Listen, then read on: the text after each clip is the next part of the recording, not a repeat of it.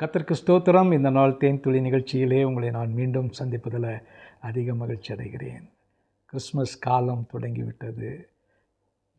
December மாதம் 1ஆம் தேதியிலிருந்தே Christmas கொண்டாட்டங்கள் ஆரம்பித்து விட்டது. இந்த நாளில் கூட கிறிஸ்மஸ் குறித்ததான ஒரு சில தேன் துளிகளை நாம் பார்ப்போம். இதுவரைக்கும் தேன் துளியை பார்க்கிற உங்கள் ஒவ்வொருவருக்கும் இயேசு கிறிஸ்துவின் நாமத்தினாலே நன்றி சொல்லிக் கொள்கிறேன். இதை நாங்கள் யூடியூபிலே பாருங்கள், அநேகருக்கு பகிர்ந்து கொள்ளுங்கள், சப்ஸ்கிரைப் செய்யுங்க.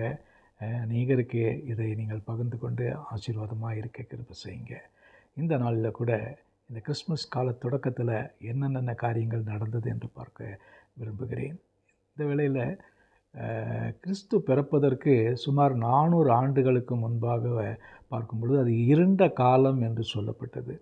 மல்கியா தீர்க்கதரிசியின் புத்தகத்தில் அந்த காலம் இருண்ட காலம், அல்லாவிட்டால் சைலண்ட் பீரியட் என்று சொல்வார்கள். சைலண்ட் என்று சொன்னால் கடவுளுக்கும் மனிதனுக்கும் எந்த உறவு தொடர்பு இல்லாமல் இருந்தது. தீர்க்கதரிசிகள் மூலமாக தேவன் பேசுவதை நிறுத்திவிட்டார்.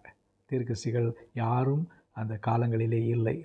ஆகவே இந்த வேளையில் ஒரு வசனத்தை நான் உங்களுக்கு படிக்கிறேன். அந்த காலங்களிலே எப்படி நடந்தது, அது முடிந்ததுக்கப்புறம் எப்படி ஆரம்பிக்கப்பட்டது என்று பார்க்கிறேன்.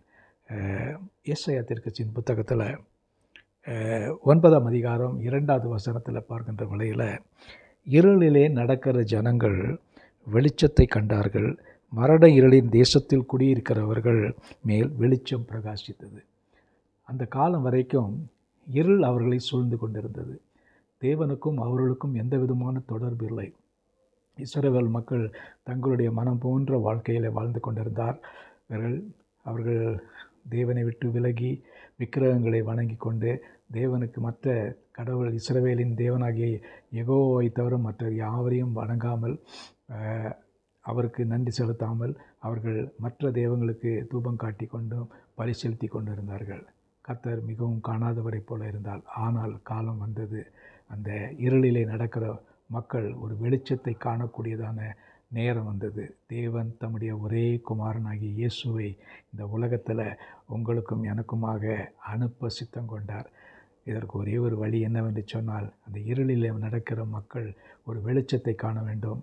இருளில் நடக்கிற மக்கள் நல்ல ஒரு பிரகாசமான அவருடைய வாழ்க்கையை காண வேண்டும் என்று விரும்பி அந்த நேரத்தில் தேவனே மனிதனாக இந்த உலகத்தில் வந்தார். அதுதான் கிறிஸ்மஸ். மல்கியா தீர்க்கதரிசியின் புத்தகத்தில் கூட அந்த காலங்களிலெல்லாம் இருள் இருந்தது. ஆனால் புதிய ஏற்பாட்டிலே, அதுதான் கடைசி புத்தகம், புதிய ஏற்பாட்டு காலத்தில் பார்க்கும் பொழுது இயேசு இந்த உலகத்தில் மனித குழந்தையாக பிறந்தார் என்று பார்க்கிறோம். இது கிறிஸ்மஸுக்கான அடிப்படையான ஒரு காரியம். ஆகவே இந்த நாளில் கூட இந்த சிந்தையை நாம் கொண்டிருக்கிறோம். ஒருவேளை இருளிலே நடக்கிறவர்கள் யாராக இருந்தாலும் பெரிய வெளிச்சத்தை காண வேண்டும். அவர்கள் ஆண்டவருடைய பக்கமாக வர வேண்டும். அந்த மக்களுக்கு இயேசுதான் மெய்யான ஒளி என்பதை அறிவிக்க வேண்டும். இருளில் நடக்கிற மக்கள் வெளிச்சத்தை கண்டு இயேசுவினிடத்திலே வந்ததைப் போல அவன் நாமும் கூட அவருடைய பக்கத்தில் வர எதிர்பார்க்கப்படுகிறோம். ஆகவே இந்த கிறிஸ்மஸ் காலத்தில் இன்னும் அவரை நெருங்கி நம்மளை சுற்றி இருக்கிற இருளையெல்லாம் விலக்கி வெளிச்சத்திற்குள்ளாக வருவோம். ஜெபிப்போமா. நல்ல ஆண்டவரே, ஒரு இருள் சூழ்ந்த உலகத்தில் ஆண்டவரே நீர் எங்களை நினைத்தீர்.